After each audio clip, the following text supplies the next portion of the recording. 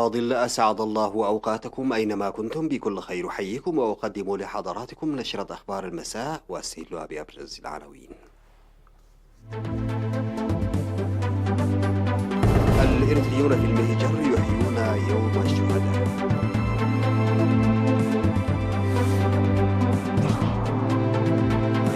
أنشطة رعاية الطفولة في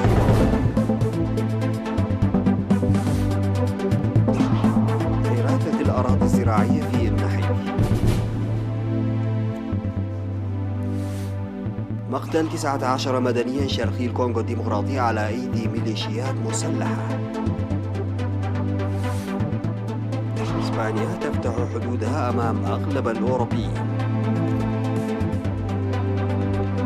وبركان ميرابي في إندونيسيا يقذف رمادا على ارتفاع 6 كيلومترات.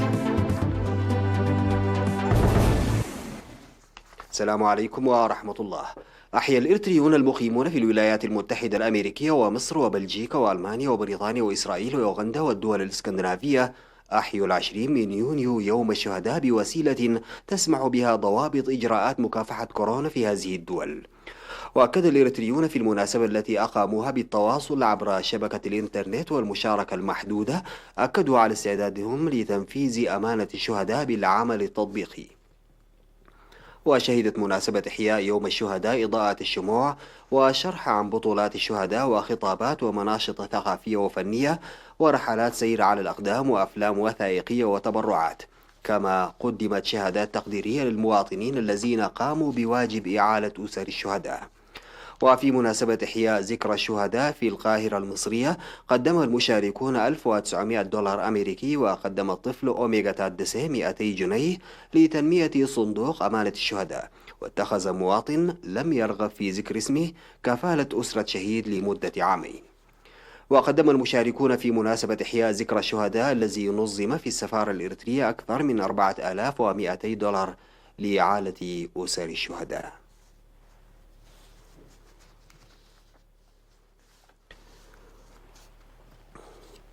أوضح مسؤول خدمات التطعيم في مكتب وزارة الصحة بإقليم جنوب البحر الأحمر السيد حمد إدريس إن خدمات التطعيم في توسع مستمر بفضل انتشار المؤسسات الصحية وارتفاع الوعي الصحي. وقال في مقابلة مع وكالة الأنباء الإريترية إن التطعيم المقدم في العيادات غطى في الأشهر الخمس الماضية 95%، وساهم في انتفاء الأمراض الناجمة عن عدم تلقي التطعيم.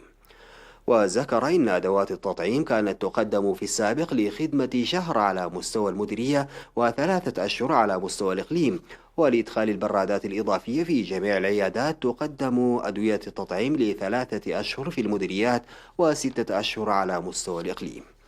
وأوضح إن اهتمام أولياء الأمور لتطعيم أبنائهم في الزمن المحدد يظهر الوعي المتنامي.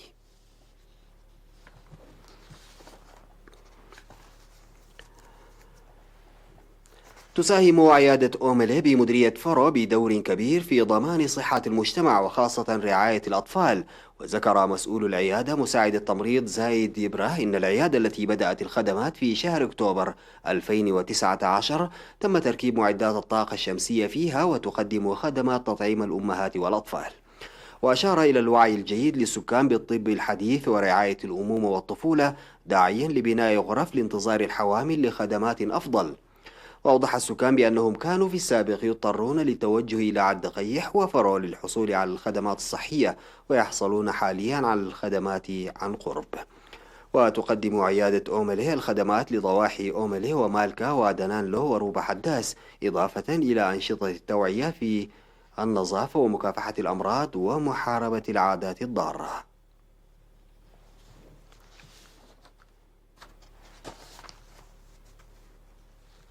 تلقت 130 من أسر الشهداء وأبناء الشهداء في إقليم عنسبة مساعدات بمبلغ 3000 نقفة لكل منها بمناسبة 20 من يونيو يوم الشهداء. وقد قدم مبلغ 390 ألف نقفة من عمال المؤسسات الحكومية والشباب العمال والتجار. وأوضح سكرتير الجبهة الشعبية للديمقراطية والعدالة في إقليم عنسبة السيد رزناء أدوناي في المناسبة أن إعانة أسر الشهداء وأبناء الشهداء مسؤولية جميع المواطنين، مشيدا بمبادرات كافة المؤسسات الحكومية والجبهة والاتحادات والشعب. على الصعيد نفسه قدم سكان الضاحية السادسة في مدينة كرن دعما بمبلغ 7400 في إطار النشاط السنوي لتمضية يوم مع أسر الشهداء بذكرى يوم الشهداء. قدم المواطنون في الداخل والمهجر تبرعات مالية لصندوق مكافحة وباء كورونا وعفو المستأجرين من إيجارات البيوت للتخفيف من الضغط الاقتصادي بسبب الوباء.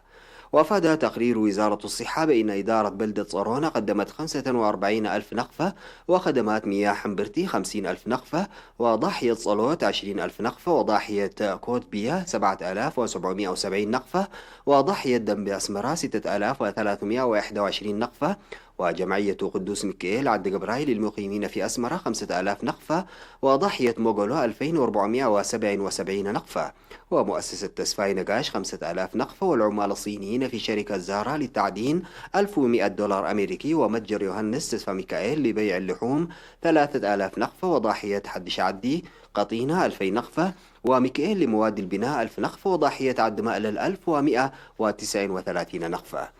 من ناحية ثانية، عفى الإريتريون في إسرائيل وأمريكا والسويد والنرويج مدفوعات إيجارات بيوتهم لفترات تتراوح بين شهرين وحتى زوال وباء كورونا.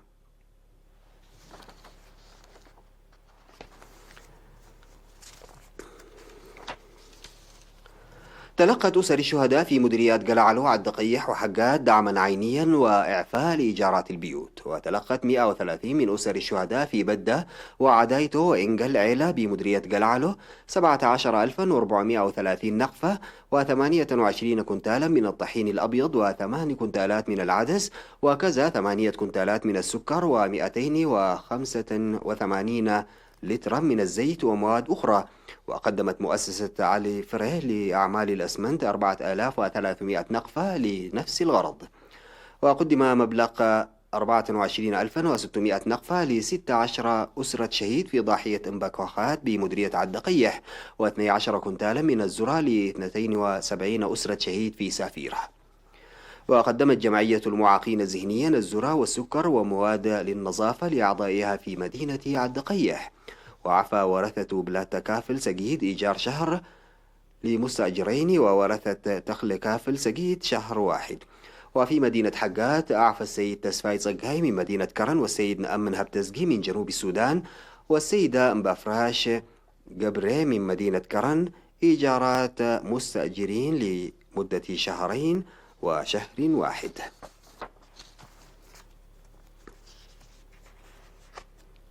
أوضح مزارعو قرى ضاحية مدفع والتا بمديرية أمن حيلي أن الجرارات الحكومية ساعدت في الإسراع بحراثة أراضيهم. وذكر عضو مؤسسة المواشي والغلال المتابع لعمل الجرارات الشاب كيلا ميكائيل تسفازكي أن العمل الذي بدأ ب3 جرارات أضيفت إليه جرارات أخرى، وتم خلاله حراثة حوالي 200 هكتار.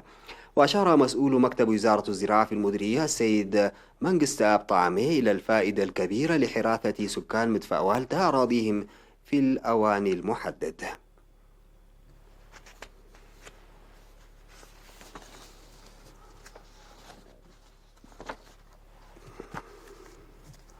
بعد الفاصل سادتي نعود بالأخبار الخارجية.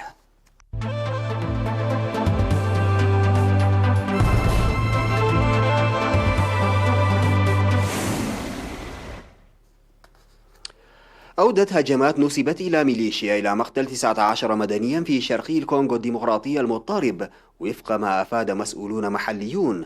وقال المسؤول المحلي دوناتا كيبوانا إنه تم العثور في إقليم شمالي كيفو قرب الحدود مع رواندا على جثث 9 مدنيين خطفتهم ميليشيا القوات الديمقراطية المتحالفة. وينسب إلى الميليشيا قتل نحو 500 شخص انتقاما من حملة عسكرية على قواعدها في الغابات المنتشرة حول منطقة بيني. وهاجم مقاتلو القوات الديمقراطية المتحالفة قرية بوكاكا في منطقة إيتوري المجاورة وقتلوا 10 مدنيين وفق ما قال المسؤول المحلي بانانالي تشابي.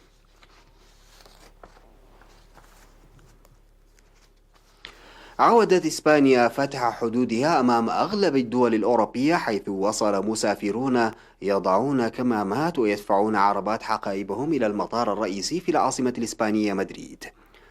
وفتحت إسبانيا حدودها أمام جميع دول الاتحاد الأوروبي باستثناء البرتغال، إضافة للدول الأعضاء في منطقة شنغن من خارج التكتل وبريطانيا أيضا. وستساهم هذه الخطوة في دعم قطاع السياحة الذي يمثل أكثر من 12% من اقتصاد البلاد، كما سيتسنى للإسبان التنقل بحرية في أنحاء البلاد. وسيخضع كل الواصلين إلى إسبانيا لفحص درجة حرارتهم، وسيقدمون معلومات على المناطق التي جاءوا منها وعن أماكن إقامتهم في إسبانيا. وذكر رئيس الوزراء الإسباني بيدرو سانشيز مواطنيه في كلمة متلفزة بكون خطر الوباء لا يزال حاضرا، وعلى الجميع الالتزام بالإجراءات الوقائية. وبدأت إسبانيا على مدى الأسابيع الماضية تخفيف إجراءات العزل العام تدريجيا، وقد سجلت أكثر من 245 ألف إصابة بالمرض، إلى جانب ما يربو على 28 ألف حالة وفاة. ثار بركان ميرابي وهو أحد الأكثر نشاطا في العالم، قاذفا سحبا من الرماد على ارتفاع 6000 متر وفقا لهيئة الجيولوجيا المحلية. ودعت السلطات المحلية السكان إلى إخلاء منطقة قطرها 3 كيلومترات تقع شمالي يوغياكارتا على جزيرة جاوا.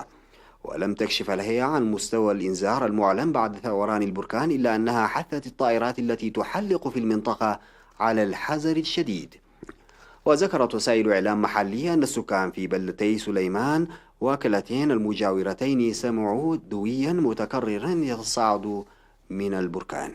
وسبق للبركان أن ثار في مارس وأدى إلى إغلاق مؤقت لمطار سولو الدولي، وهي مدينة تسمى أيضا سوراكاتا على بعد 40 كيلومترا. ويعود الثوران الكبير الأخير لبركان ميرابي إلى العام 2010، وقد قضى فيه أكثر من 300 شخص مع إجلاء أكثر من 280 ألفا من المقيمين في المنطقة.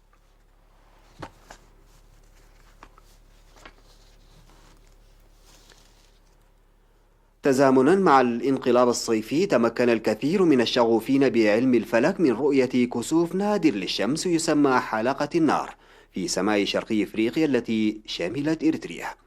وبدأت هذه الظاهرة الفلكية بعيد شروق الشمس في وسط إفريقيا، قبل أن تتجه إلى آسيا لتنتهي في المحيط الهادئ جنوب جزيرة جوام. ويحدث الكسوف الحلقي عندما لا يكون القمر الذي يمر بين الأرض والشمس قريبا بما فيه الكفاية من كوكبنا لحجب ضوء الشمس تماما، تاركا حلقة رفيعة من الشمس مرئية. وتحدث هذه الظاهرة كل عام أو اثنين، ولا يمكن رؤيتها إلا من مسار ضيق عبر الكوكب. وتتزامن الظاهرة مع حلول أطول يوم في نصف الكرة الشمالي خلال الانقلاب الصيفي، عندما يميل القطب الشمالي للأرض بشكل مباشر نحو الشمس. انتهت نشرة أخبار المساء، قدمتها لحضراتكم من الفضائية الإريترية. شكرا لمتابعتكم. السلام عليكم ورحمة الله تعالى وبركاته.